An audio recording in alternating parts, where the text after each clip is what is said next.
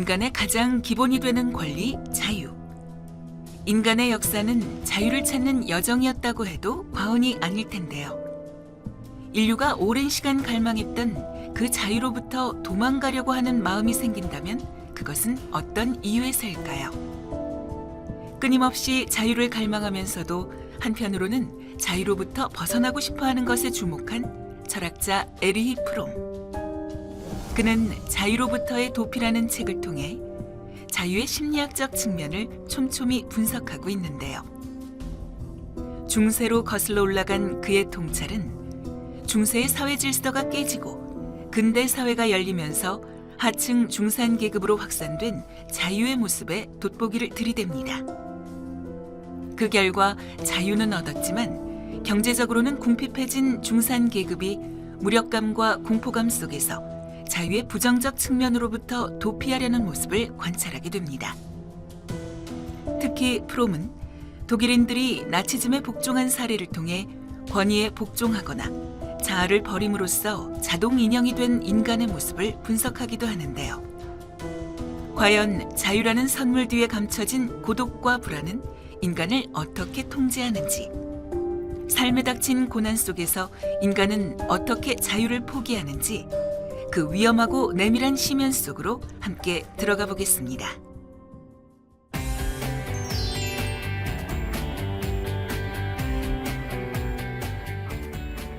B급 고전, 오늘은 프롬의 자유로부터의 도피를 함께 읽어보겠습니다. 책 제목부터 좀 모순어법으로 되어 있는데요. 프롬은 마르크스와 프로이트를 종합해서 새로운 이론을 펼쳐보고 싶어 했던 사람인데 그 의지답게 그 의지가 반영된 책이라고 볼 수 있습니다. 과연 인간에게는 자유가 주어졌는데 거기에서부터 도피하고자 하는 또 성향이 있을까? 이런 측면에서 한번 이 책을 보시면 굉장히 좋을 것 같습니다. 두 분은 어떠신지요? 자유가 오히려 위협을 준다는 이 표현이 적절하다고 보시는지. 네, 사실 이 책 제목을 보면 좀 한편으로는 당혹감이 생기기도 하고 또 흥미를 느끼기도 합니다. 사람들은 보통 자유를 상당히 높게 평가하죠. 그리고 또 이제 자유를 위해서, 자유롭기 위해서 이제 추구를 합니다. 근데 책 제목에서 말하듯이 자유로부터 도피한다. 이게 도대체 무슨 뜻일까 하는 좀 이제 그런 궁금증을 갖게 되는데, 사실 프롬이 책 제목에서 말하는 것은 우리가 일상적으로 좀 많이 경험하는 일인 것 같아요. 뭐 예를 들면 그 부모가 초등학생 그 자녀를 집에 놔두고 이제 외출한다. 그러면 이 초등학생은 이제 해방이죠. 공부하라고 하는 사람도 없고 또 이 게임하는 것도 방해하는 사람도 없고, 그래서 아주 자유로울 것 같지만 또 이 초등학생이 자기의 자유를 감당하기엔 상당히 버겁죠. 누가 밥도 해줘야 되는데 또 엄마가 없으면 굉장히 불안한데, 그러니까 이 초등학생 같은 경우에는 그 자유를 좀 감당하기가 어렵습니다. 그러면 이게 그 미성년자한테만 일어나는 일이냐? 또 그렇지 않습니다.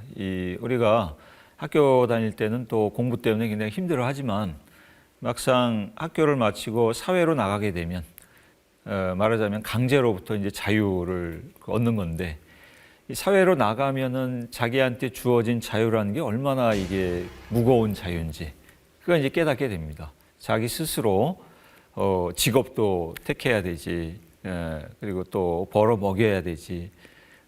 아주 이 자유의 그 무게를 아주 이제 절실하게 느끼게 되는 거죠. 그러니까 될 수 있으면 도피하고 싶은 그런 생각이 이제 드는 겁니다.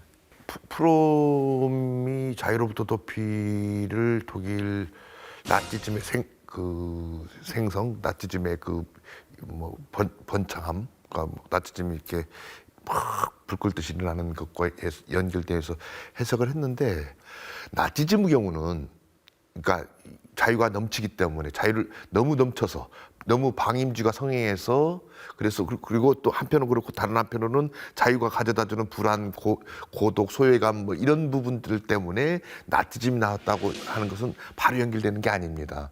나치즘이 나올 때는 일단 1차 대전 지고 경제 공황이 오고 그리고 전범국가로서 그 막대한 국가 부채를 갚아야 되고 아주 힘든 시절이었어요. 이런 소위 말하는 이 생존 조건으로니 압박하는 그 강제가 나치즘으로 가는 방향으로 만들었지, 사실은 자유를 많이 누렸기 때문에 이 나치즘으로 바로 연결됐다고 하는 부분은 좀 과도한 해석이고, 저는 프롬이 잘못 짚었다고 봅니다. 그 현상들은 사실은 이후 2차 대전 이후에 물질적 풍요가 많이 나올 때 60년대, 70년대 나타나는 소위 자유로운 이 세계, 그러니까 자유를 마음껏 누릴 수 있는데 할 게 없어서 뭘 할 줄 몰라서 느끼는, 그러니까 소위 그 지루함과 권태와 이럴 때, 그리고 혼자 있을 때 느끼는 고독과 소외와 배제와 이런 상황은 좀 다르다고 봅니다. 만 선생님 말씀하신 거를 우리가 잘 생각해 보면 되게 중요한 부분이 나오는데, 이 도피라는 게 과연 뭐냐? 자유에서 도피한다는 게 무슨 뜻이냐 해서, 자유를 감당하지 못하는 개인들이 결국 여러 가지 권위를 갖고 있는 사람이나 지도자에게 정신적으로 예속되거나 굴종한다는 뜻입니다. 이 분석은 또 어떻게 보시는지 한번 들어보겠습니다. 인간은 자유를 좋아합니다. 그리고 자유가 곧 인간을 규정하고 그 자유가 우리의 목표인 것처럼 얘기를 합니다. 하지만 또 다른 한편으로는, 그러니까 이 동전의 양면인데, 자유 뒷면에는 이 굴종이 있습니다. 순종이 있고. 왜 우리 인간은 굴종적이고 순종적인가, 자발적으로 또 이렇게 복종 아래 드는가? 우리가 문명사적으로 교육을 그렇게 받고 커요. 어려서부터 태어나서 20년 동안 엄마의 보호, 아버지의 지도를 받고 살아요. 그리고 끊임없이 누군가가 무엇은 옳고 무엇은 그르고, 소위 옳고 그름, 그러니까 시비의 문제, 뭐가 아름답고 뭐가 추하고, 뭐가 의롭고 뭐가 불이익고, 뭐가 나한테 이익이 되고 아니고 하는 이 부분에 대한 판단 부분들은 스스로 내릴 수 있는 부분이 거의 없어요. 특히 뭐가 이롭고 안 이롭고 하는 부분을 결정하는 부분들은 그 부분들은 대개, 예를 들면 장사를 예를 들어 봅시다. 장사의 경우는 운이에요, 운. 행운이 지배를 해요. 오늘 손님 많이 올지 안 올지는 아무도 몰라요. 이제 이 부분들은 쭉 삶에 있어서 우리가 확정적으로 알 수 있다고 하는 것은 거의 없어요. 즉, 인간 삶 자체가 한편으로는 끊임없이 그 교육 과정에서 자라오면서 누군가에게 의지하면서 아버지라는 길잡이를 따라서, 형이라는 길잡이를 따라서 온 과정도 있고, 또 다른 한편은 삶의 구성 자체가 판단 내릴 수 있는, 자기 고유한 독자적인 판단을 내릴 수 있는 사태들이 아무리 그 철학적 훈련을 받았다 하더라도 없다는 것. 즉, 끊임없이 누군가 자기를 이끌어주고, 이제 이런 조건들이 사실 뭘 만들어내느냐, 이 자발적 복종, 자발적 순종을 만들어 간다고 하는 것. 이제 이 부분이 소위 그 자유와 복종 혹은 순종과의 이제 관계라는 것. 좀 문명사적으로 이렇게 결정된 부분도 있다. 이 부분이 이제 좀 지적돼야 되지 않느냐, 이렇게 생각합니다. 저도 이제 안 선생님 말씀에 동의하는 측면이 있고, 근데 저는 좀 다른 측면에서 그 얘기를 좀 하고 싶은데, 이 자유라고 하는 것은 일차적인 의미로 보면 어떤 강제나 이제 제약에서 이렇게 벗어난다, 이런 뜻이죠. 그것을 이제 그 프롬 같은 경우가 이제 소극적 자유라고 하는데, 그러니까 뭐 가령 중세의 이제 신분제 질서에서 벗어나서 근대인들이 다 이제 자유롭고 평등한 존재로 법에 의해서 이렇게 그 지위를 이제 보장받고 있잖아요. 그게 다 이제 근대 민주주의 사회에서는 다 그렇게 모든 사람이 법 앞에 평등하다, 이렇게 그 지위를 이제 정해놓고 있습니다. 이 자본주의 사회를 우리가 생각해 보면, 이 자본주의 사회는 사람들의 이제 자유를 전제로 하죠. 이 자본주의 사회에서 사람들은 다 자유롭습니다. 자유의 다른 측면을 보면, 너 살아남는 것도 네 자유야. 그러니까 너 살아남는 것도 네가 스스로 책임을 져야 돼. 그러니까 자기가 어떤 직업을 가져서 그 직업에서 성공하든 실패하든 그건 네 책임이야. 그거는 네 자유가 부담해야 하는 이제 조건이야. 그러니까 프롬이 얘기하는 사실은 자유라고 하는 것은 사회 경제적으로 보면 이제 자본주의 사회를 사실 이제 전제로 하는 거죠. 그러다 보니까 이 자본주의 사회에서 경쟁이 얼마나 치열해요. 누가 그 자기 생계를 돌봐주는 사람이 없고 자기 원작을 책임을 져야 되니까 얼마나 이 치열하게 이제 경쟁을 합니까? 그러니까 사람들이 이 자유에서 비롯되는 경쟁을 견디지 못하는 거예요. 그러니까 요즘 공무원 시험에 사람들이 굉장히 많이 몰리잖아요. 그게 이제 사실은 이 자유로부터의 도피에 어떻게 보면은 좀 이렇게 소프트한 그 형태 이걸 이제 보여준다 이렇게 생각합니다. 진 선생님이 이제 그 소위 프롬이 말하는 그 자유에 대해서 이제 중요한 키워드를 하나 던져주셨어요. 사실은 프롬이 말하는 그 자유는 그 프롬 자체도 설명하듯이, 그러니까 중세에서 자본주의를 겪으면서 이 현대로 근현대로 넘어오는 과정의 핵심 중에 하나는 일반 부르주아들, 그러니까 이 시민들이 스스로 경쟁력을 가져가서 그 안에서 살아남는 것, 그러니까 자기 욕망을 펼칠 수 있고 부를 획득하고 경쟁력을 갖춰서 계속 해놓은 과정이 소위 중세의 그 교회 사회로부터 봉건 사회로부터 벗어나고 그것이 자유를 만들어주는 어떤 힘이었다라고 프롬도 얘기를 해요. 근데 그 점은 사실은 이 자유를 누리기 위해서는 소위 이 어떤 요소를 어떤 그 조건을 충족시켜야 되냐면 경쟁력, 그러니까 살아남을 수 있는 경쟁력을 획득한 사람만이 누리는 게 사실은 자유예요. 이 책은 기본적으로 한 개인의 심리적 발달 과정에서 자유로워지는 존재가 되면서 오히려 이제 굴종의 마음이 생기는 것과 함께 역사적 과정에서 자유가 어떻게 발생했냐를 봅니다. 그게 이제 중세 시대에서 인간들이 태어나면서부터 신도 있고 자기의 계급도 결정돼 있기 때문에 삶을 그 정체성을 갖고 살기가 좋았지만 근대 자본주의는 바로 그 중세적 질서를 다 무너뜨린 거기 때문에 근대인의 불안을 얘기합니다. 그러니까 근대 역사적으로 보면 한 개인의 성장 과정에서 자유로워지는 성인이 되는 것과 함께 역사가 바로 특히 서구 역사인데 중세에서 근대로 되면서 자유가 제도적으로 주어지면서 본질적인 불안감이 이제 발생한다 이런 얘기인데요. 진 교수님께서는 그런 대목을 어떻게 보셨는지 한번 들어보겠습니다. 지금 이제 말씀하신 그 내용은 사실 이 책의 이제 3장에서 다루고 있는데, 그러니까 종교개혁 시대의 자유라고 하죠. 저는 이 3장의 분석이 상당히 좀 흥미로웠습니다. 3장의 전체 주제는 마틴 루터라든가 이 장 깔뱅의 이 종교개혁 그 사상, 그러니까 어떤 새로운 그 기독교 신학, 그 아이디어가 사실은 나중에 그 나치즘하고 상당히 좀 비슷한 측면이 있다, 이런 얘기죠. 그래서 이 프롬 얘기 중에 제가 좀 재밌게 생각했던 것은 뭐냐면, 이 중세 시대에는 사실은 사회가 상당히 안정적이었다는 얘기입니다. 그러니까 사람들의 역할이 딱 이렇게 구별이 되어 있죠. 그 세 가지 위계라고 해서 성직자와 기사와 이 농민으로 이제 그 구별이 되어 있고, 각자가 이제 자기의 하는 일, 자기가 속한 그 어떤 신분, 또 자기가 사는 지역, 이런 것들이 안정되게 그 구별이 되어 있기 때문에 사람들이 그 오늘날 현대인들이 느낀 자유의 불안을 느끼지 않았다. 근데 이게 중세 후기, 그러니까 우리가 이제 르네상스 시기 또는 이제 그 종교 개혁 시기쯤 오게 되면 중세의 이제 그 체제가 해체가 되고 사람들이 말하자면 그 해체되는 와중에 그 고립되는 현상들이 나타나죠. 그 안정된 질서로부터. 그러면서 이제 거기에 이 그 종교 개혁의 새로운 이제 기독교 신학이 이제 그 자리를 잡는다는 건데, 이 프롬에 따르면 이 루터나 깔뱅의 그 기독교 신학은 그러니까 두 가지 측면을 갖고 있다고 하죠. 하나는 그 예정설이라고 부르는 거, 그러니까 이 신에 의해서 네가 구원을 받을지 못 받을지는 다 예정이 돼 있다. 그러니까 네가 아무리 해봐야 정해진 거 바뀌지 않는다. 그러면은 개인들로서는 어떻게 해야 돼?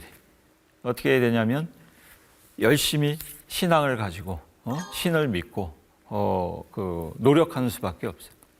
왜냐하면 그렇게 한다고 해서 예정되는 게 바뀌지는 않지만 적어도 누군가가 열심히 신을 믿고 신앙생활을 하면 그것은 구원을 받았다는 사실에 대한 증거가 될 수 있어요. 그러니까 자기 확신을 갖기 위해서, 자기 위안을 갖기 위해서 열심히 이제 그 신을 믿고 그 노력을 해야 된다, 이렇게 얘기합니다.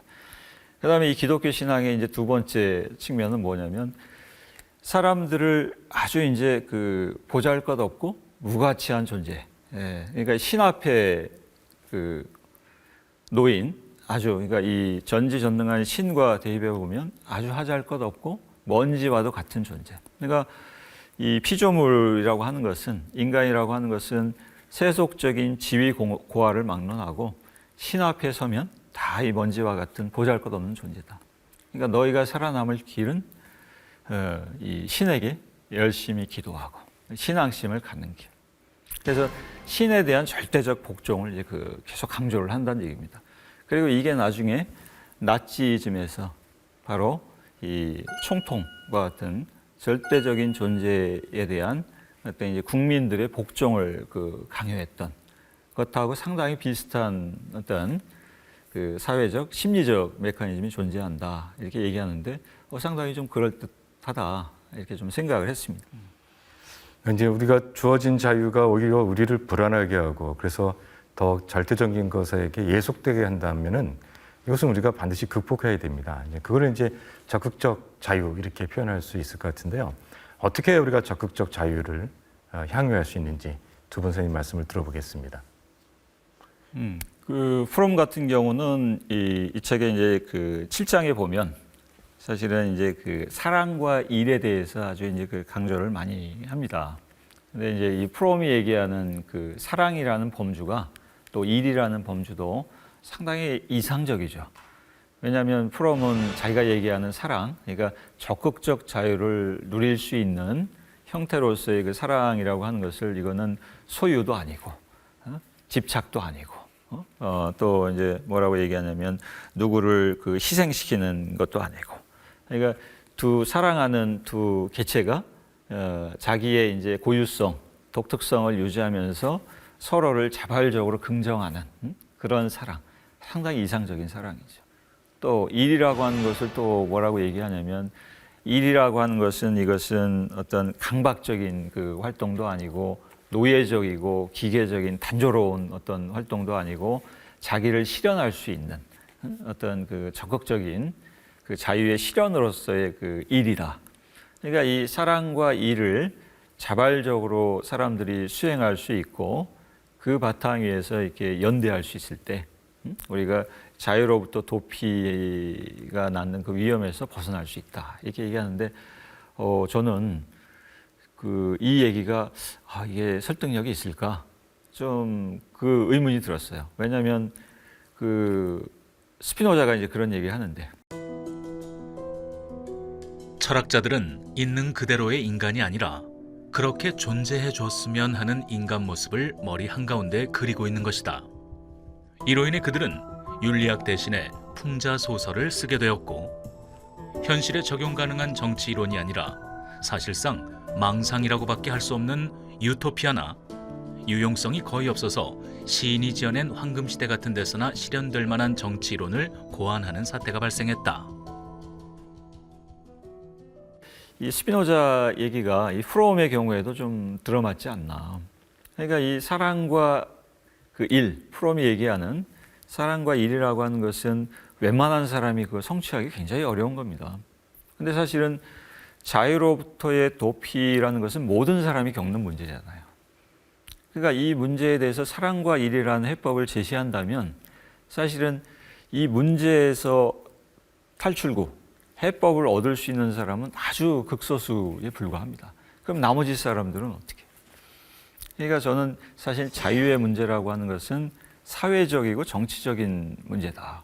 그러니까 이것은 개인의 어떤 이 이상적인 활동, 규범을 통해서 이것은 벗어날 수 있는 문제가 아니라 제도라든가 또 교육이라든가 여러 가지 사회적인 해법이 필요한 문제지 개인적인 어떤 노력, 이상의 추구 이런 것을 가지고서는 자유로부터의 도피가 낳는 문제에서 적절한 해결책을 찾기는 좀 어렵지 않나. 그래서 이 점에서는 좀 프롬에 반대하는 그런 입장입니다.